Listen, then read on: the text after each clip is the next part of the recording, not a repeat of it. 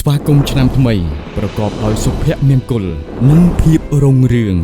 សូមស្វាគមន៍និងណែនាំជូនគម្រោង ML Glory ជ្រៃធំដែលជាគម្រោងថ្មីទី8របស់ក្រុមហ៊ុន ML មង្គល Realty និងជាគម្រោងលំនៅឋានបែបស្ថាបត្យកម្មទំនើបទាន់សម័យដំបូងគេបង្អស់នៅក្នុងទឹកដីក្រុងសំពៅពូនខេត្តកណ្ដាលបែកខាងត្បូងដ៏មានសក្តានុពលអភិវឌ្ឍខ្លាំងគម្រោង ML Glory ជ្រៃធំផ្ដល់ជូនជម្រើសផ្ទះប្រណិតនិងទំនើបទាន់សម័យពីរប្រភេទដូចជា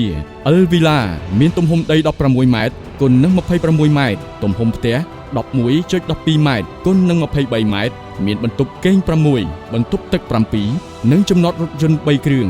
មុខងារប្រើប្រាស់នៃផ្ទះកាន់តែពិសេសនិងបានរួមបញ្ចូលបន្ថែមជាមួយនឹងសួន3តងអាងហែលទឹកនិងទីធ្លាធំទូលាយស្រឡះល្អ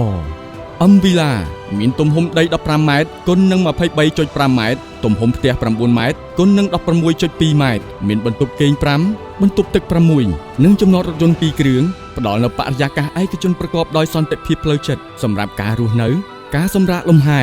និងការជួបជុំក្រុមគ្រួសារគម្រោង ML Glory ជ្រៃធំមានអាជ្ញាប័ណ្ណសាងសង់ដែលធានាជូននូវលក្ខណៈបច្ចេកទេសគុណភាពនិងសោភ័ណភាពជាមួយនឹងហេដ្ឋារចនាសម្ព័ន្ធសម្បូរបែបផ្លូវថ្នល់ខ្វាត់ខ្វែងធំទូលាយដើមឈើសួនរុក្ខជាតិបៃតងស្រស់បំព្រងកន្លែងក្មេងលេងកម្សាន្តអមដោយទេសភាពដ៏ស្រស់ត្រកាលនៃដងទន្លេបាសាក់និងក្លឹបហាត់ប្រាណដែលធ្វើឲ្យការរស់នៅកាន់តែមានផាសុកភាពភាពសុខដុមរមនា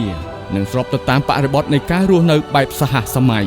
គម្រោង ML Glory ជ្រៃធំនាំមកជូននៅបទពិសោធន៍រស់នៅថ្មីកាន់តែអស្ចារ្យជាងមុន